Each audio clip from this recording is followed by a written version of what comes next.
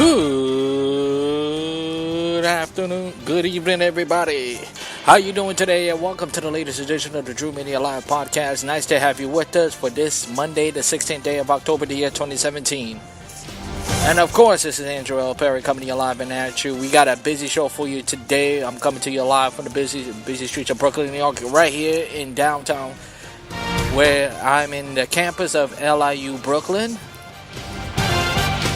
As I mentioned, lots of going on in the world of sports. So let's get to it, shall we? We have a pivotal game 3 to talk about as the Yankees looking to avoid to go 3-0 as about 10 minutes from now they're going to get underway as they face the Houston Astros in the American League Championship Series, and the Giants get their first win of the NFL season as they defeat the Broncos as they shock the world, but not themselves.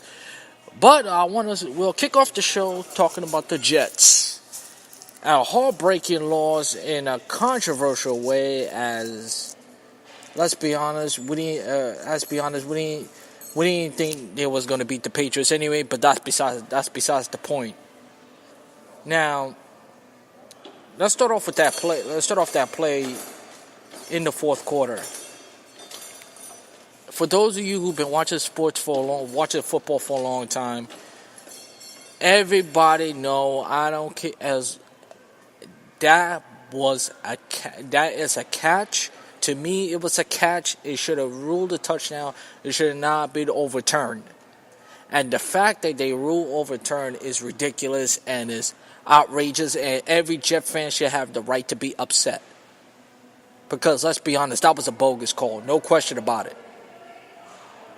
Because if you can't tell me that's a touchdown, I don't know what is. And it's the same thing with the Dez Bryant play against the Cowboys against the Green Bay Packers at Lambeau Field, when Dez Bryant made the catch. Even though the ball moved, Dez Bryant had possession of the ball, and the result, they overturned the call and they ruled incomplete pass. Now here's the thing. To me, these refs need to first of all, the NFL needs to get these rules in order, and be more specific and discuss what is a touchdown and what's not a touchdown. Because last time I checked, if the ball has full control, if the receiver have full control of the ball, and it does not hit the ground, by rule, is a completed pass. As long as he had full control, it's a completed pass. And by the looks of it, but you could show me that video so many times, so many ways. But you cannot tell me that is not an incomplete pass, and that's not a touchdown. And it should not rule it back.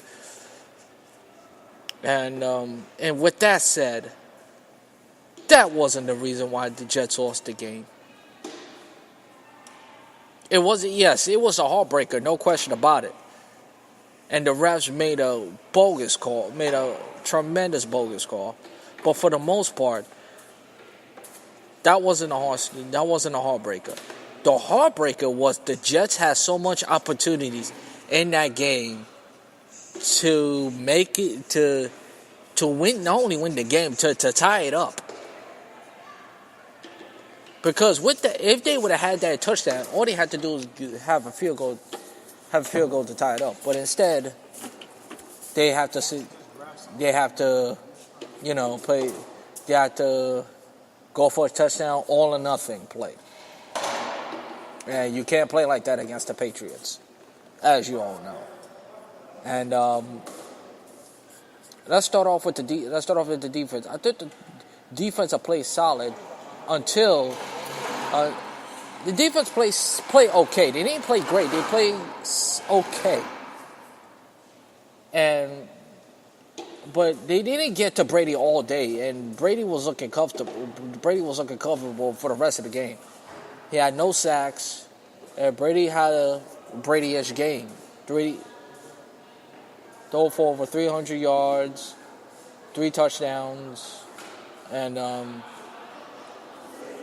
and more and more and more. And let's be honest, the offense, and for the Patriots, as expected, they always had their way with the Jets, always. But to give the Jets credit, they played them tough. But again, to beat the Patriots, you have to play a perfect game. You cannot turn the ball over and expect to win. And that turnover in the first, towards the end of the first half, was a big turning point of the game. It really was, because remember, the Jets was leading that game at one point towards the beginning of the second quarter, and when the Patriots scored that touchdown, I believe in the middle, that was the whole turning point of the game. And from that point on, let's be honest, the Jets haven't really recovered. They really have. But to have a tough loss like that, I think you'll live with it. You really will live with it if you're the Jets fan. You're not going to live with that call, obviously. That call was atrocious. I agree with that. But I want to get to the press conference. Hey, Todd Bowles, show some fury. Show that you're pissed off. I know you're pissed off. You're pissed off because that wasn't a touchdown.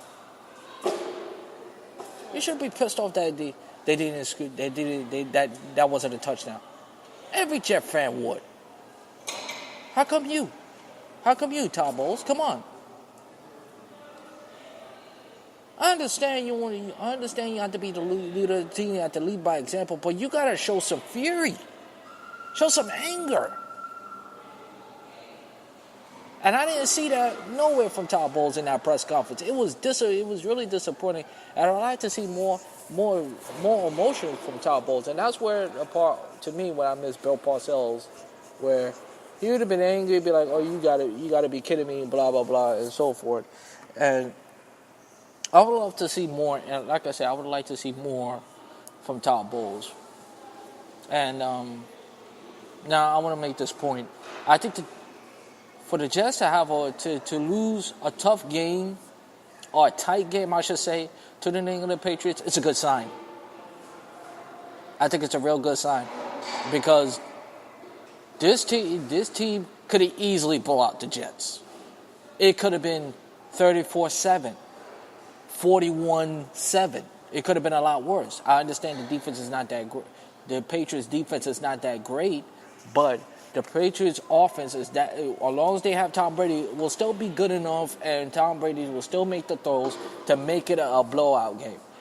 But thankfully they didn't. Give the Jets credit for the most part, even though the Jets' defense, for the most part, for some reason the Jets' defense, they never turn the ball over. They're the only team that I've seen in my lifetime that they play okay defense, but they never turn they don't force you to make mistakes.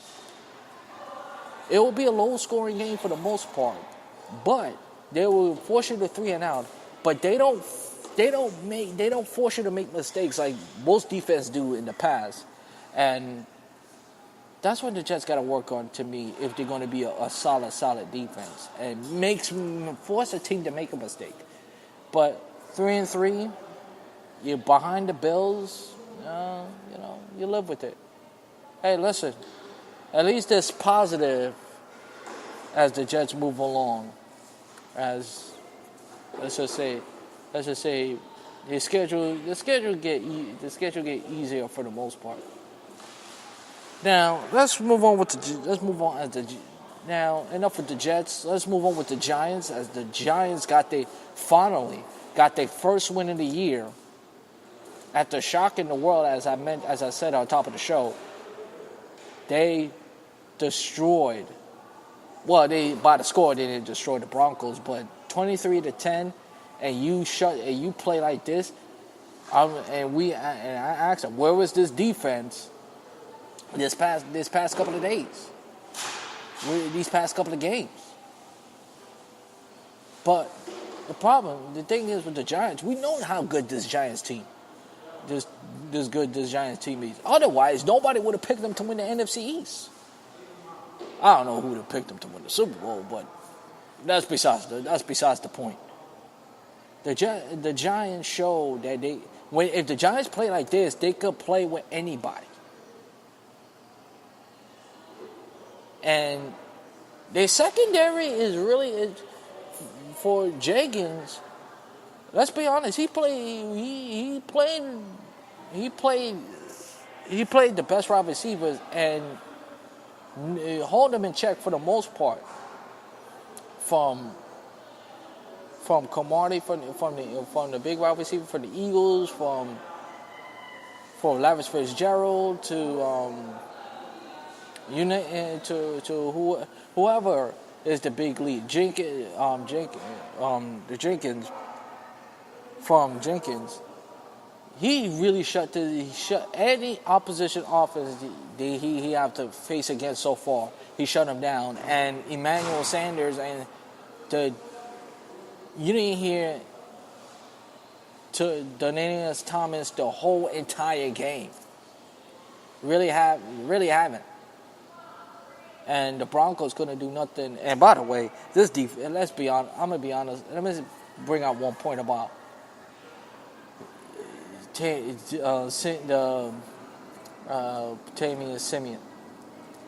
Siemian. He is not that good. To me, he is not as good of a quarterback as you think he is. I think the Broncos really miss Brock Osweiler, to be honest with you. I really think they do.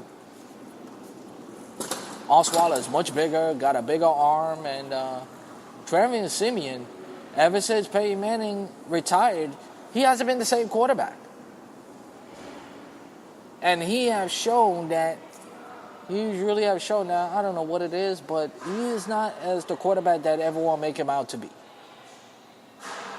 He's not that of a big threat, to be honest with you. And he thrown careless interceptions last night to Jenkins, to Landon Collins, and the list goes on and on and on. But they are fortunate they're in the second place behind the Chiefs. And this Broncos team, I think the Broncos are an okay team, but I don't think they are as good as everyone make it out to be, in my opinion. But give the Giants credit for playing it, for showing up. If Bob McAdoo, if I were Bob McAdoo, I would be upset. Because we know how good they are, and where was this team against the Eagles, against the Chargers, against the Cowboys, against every team they have lost to the past couple of